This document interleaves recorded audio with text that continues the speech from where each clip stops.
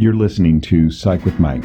For more episodes or to connect with the show with comments, ideas, or to be a guest, go to www.psychwithmike.com. Follow the show on Twitter @PsychWithMike or like the Facebook page @PsychWithMike. Now, here's Psych with Mike.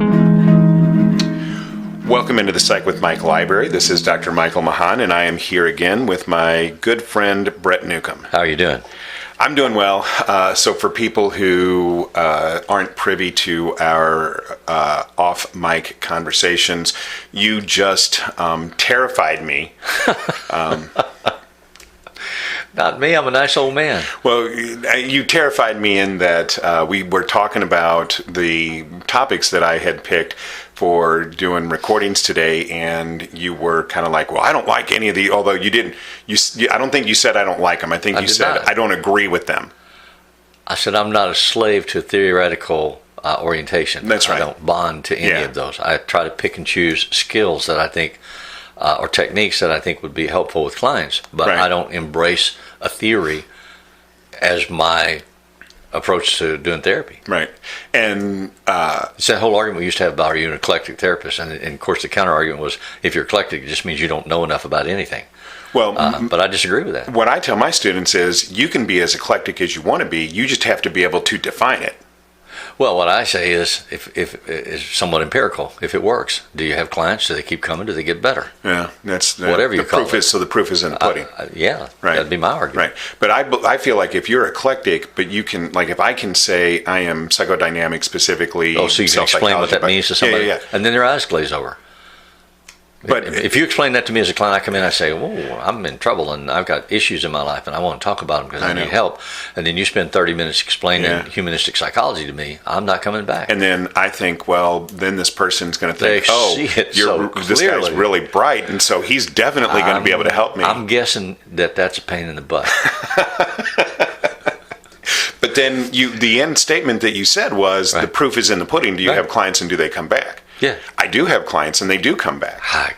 Great. You can't understand it. I know. Actually, I can understand it because I know you, and I know that once all the garbage gets off the top, just kind of like doing stream of consciousness stuff. You know, we learned that when somebody starts speaking in stream of consciousness, the initial verbalizations are all just garbage, random thoughts that get into their mind, and then eventually they get down to their mother and they talk about their mother. Mm-hmm. That's what we learned, whether it's true or not, and the proof is in the pudding. Always comes back to your mom. It does. My students never, ever want to buy into that, but then when you actually get them to start talking, and then you are able to redirect them back to their childhood. And now in the new age, we have to be sensitive. It's not just the mom, it's the object. Sure. You know, whoever played that role. Right. And it's the primary caregiver, whoever that person, he or she may be. Yeah. So then one of the topics that I had sent out for today was this idea of emotionally focused therapy, which is something that I really, really like, developed by a couple of Canadians, Les Greenberg and Sue Johnson. Because they're also emotional, Canadians? Because they're so nice. I thought it was cultural sensitivity. No. On my part, to recognize that they're emotional. They're nice. Which makes them more it's nice and emotion in tune or behavior to their emotional sides, because they don't have the Protestant work ethic that denies the idea that a person can have an emotion. Okay, so the Protestant work ethic, the theory behind that is that we need to have a structure to meld ourselves against in order to be okay.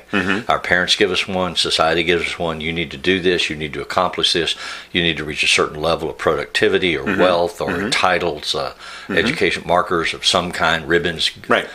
And if you don't have this stack of stuff to open up and say, look at me, I have value, I have worth, then you don't have any. Right. So I think that's a flaw. It is a flaw, in our society. But we've talked about this before, that you've got to have a yardstick to measure your success, and society provides it, which is wealth, power, and fame, but those things are ridiculous. They're ethereal. They have no substance. They don't have anything to do with actual humanity. That's an argument, but most of humanity seems to embrace that, the structure as defined. And part of what we do in therapy is help people either redirect that or get off of that treadmill. Right. What makes you feel good? What makes you feel validated? What gives your life value? And it may be those things. So then we can say, well, let's talk about what level of emotional satisfaction or personal growth do you experience when you win a ribbon or an award or a vote, your class president. And what emotional cost do you experience when you don't win?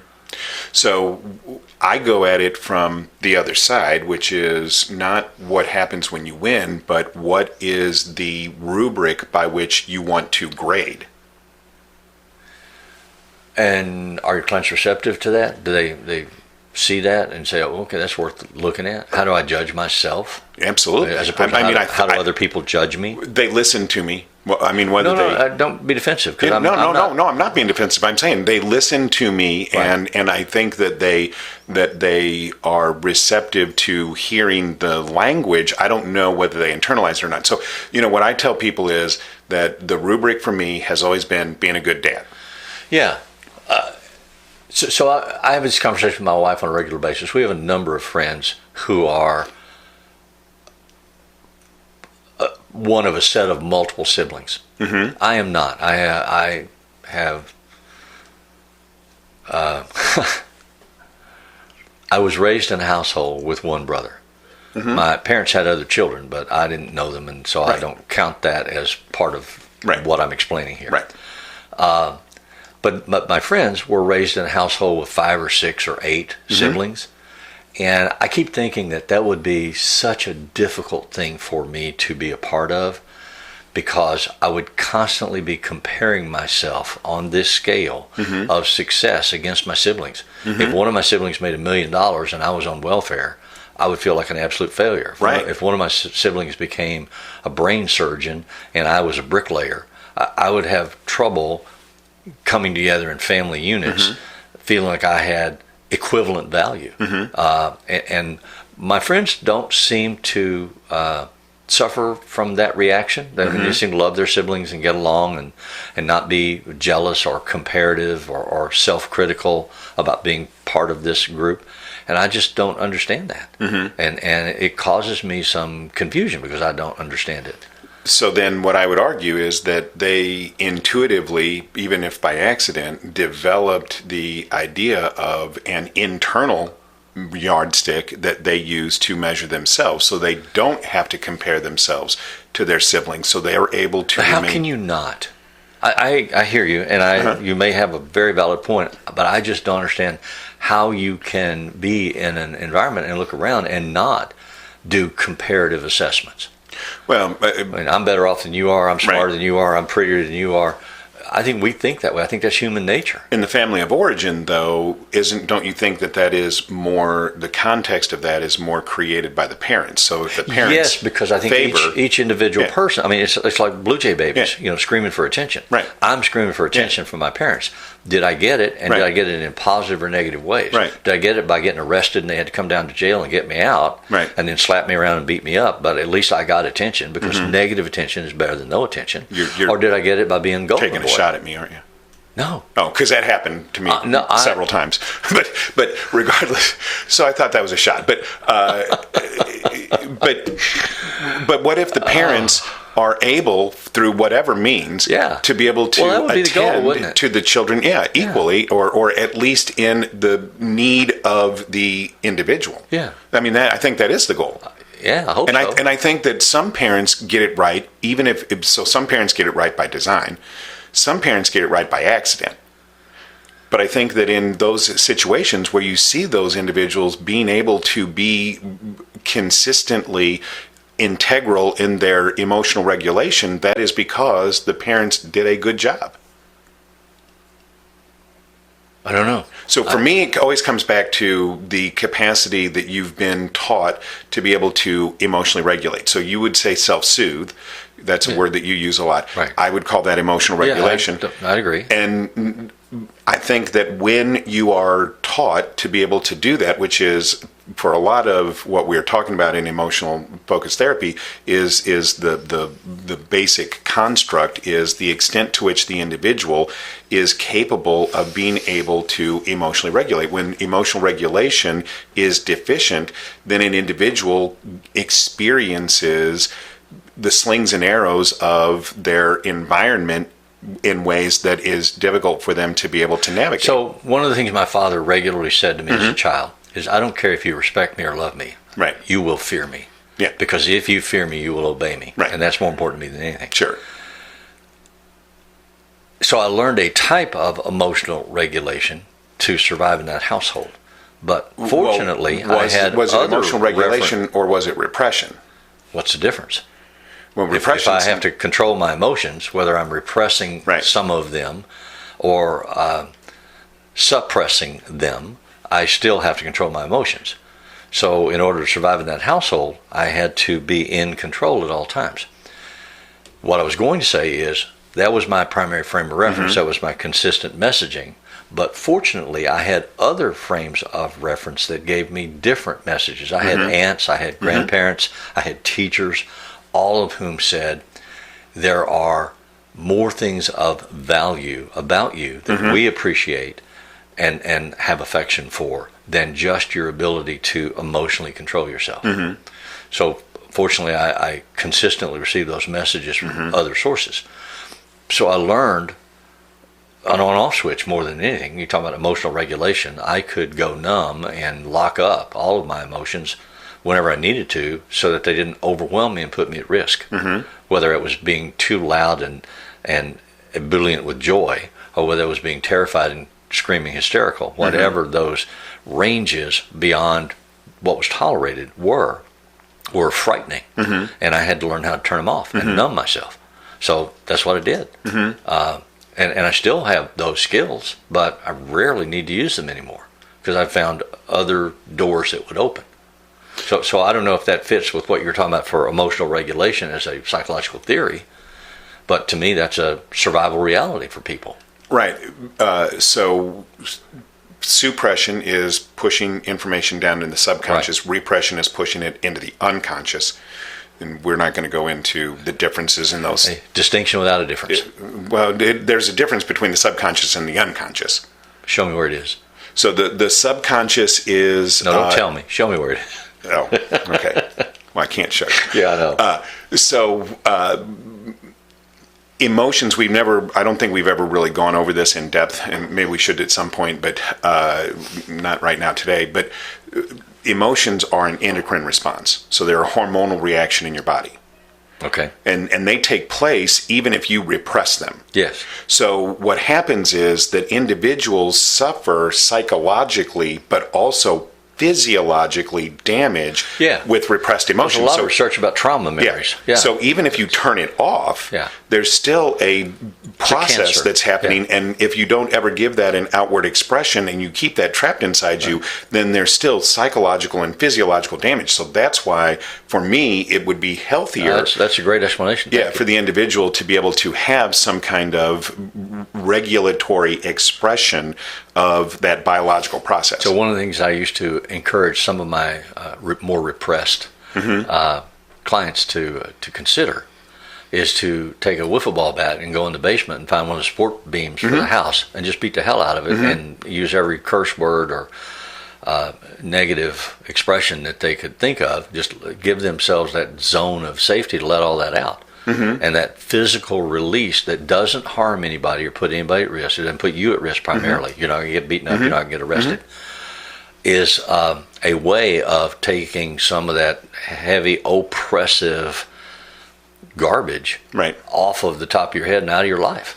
And the ones that would do it benefited from it. And that is the foundational argument for why physical activity, physical exercise is actually good for human beings. Yeah. And so I agree with that 100%. Now, you can get into the research about, then does that, make it easier for the person to imagine that they're taking that out on the person that they're angry at? And so what? Would they go out and would they go out and act do it? on No. it? Right. And I believe people have the ability to choose to know the difference between I'm hitting a post and I'm going to hit a person. In the 1970s, when so many American manufacturing systems were looking at what were the Japanese doing that was better and made them more successful economically than American factories, one of the things that the Japanese factories would do on a regular basis, they had rooms set aside where employees who were feeling the need, could go into the room, and they had these big blow-up dummies, and they had pillowcases hanging on the wall that had photographs of all the management staff, and you could take the picture of your boss, your line foreman, whoever and it was, put it on the bubble doll, and then beat the hell out of it. That way you were less likely to hit the boss or break the equipment or screw up the production process. They would also do group calisthenics. Yeah. And but they would have two sides, right? So they would have breaks where the entire factory would go and engage in group calisthenics and then go back to work. And I think both of those are really innovative. I don't know if the Japanese would that still work do in marriage counseling? Well, you get a pillowcase with your wife's picture on it, and just you beat the hell out of it, and you don't have to hit her. So, I can say this. There was a guy who was very, very popular for a long time, and I'm not sure what his status is today, but his name was John Bradshaw. Yeah, and the Love Doctor. Yeah. And he had a place down in Texas where people would go and take out their trauma, and he would use pugil sticks. So pugil sticks are these big or batakas, tubes that the same story that look like big giant Q-tips. And you could beat people with them, and people would go and they would have these really, really cathartic experiences. So catharsis is the expression of an emotion, but they didn't ever get any real cathexis. They never really got any understanding into why they felt this way or any ability to really change it. And so they would go home and they would have this emotional purge, and they would feel great for a short period of time until life built up again. And so that's the problem with this idea of I'm going to go in the basement and hit the post with a wiffle bat. In the moment, it gives you that emotional expression, but it doesn't help you understand how can I deal with my emotion. That's a great example and a good argument, and I would buy it 100%. I think you do have to process it, and you do have to say, all right, what is it that's going on that's causing me to feel this level of rage or this need to physically vent? Right. And are there things that I can understand about it or change about it so I don't have these feelings anymore? Because they're negative, high-cost factors, and they put me at risk internally for my health, externally for my survival in society, or my marriage or my job, if I'm upset with my boss.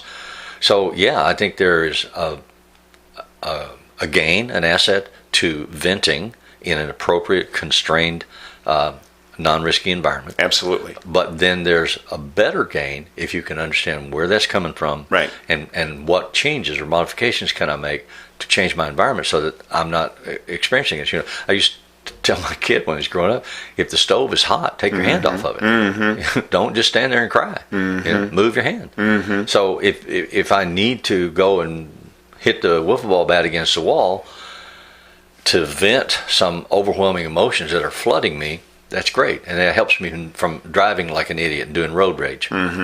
But then I have to understand what is it that's going on that causes me to feel the road rage. Am I so offended that this person won't get out of the fast lane that I'm willing to put my family's life and survival at jeopardy or my economics at jeopardy by running them off the road or shooting them?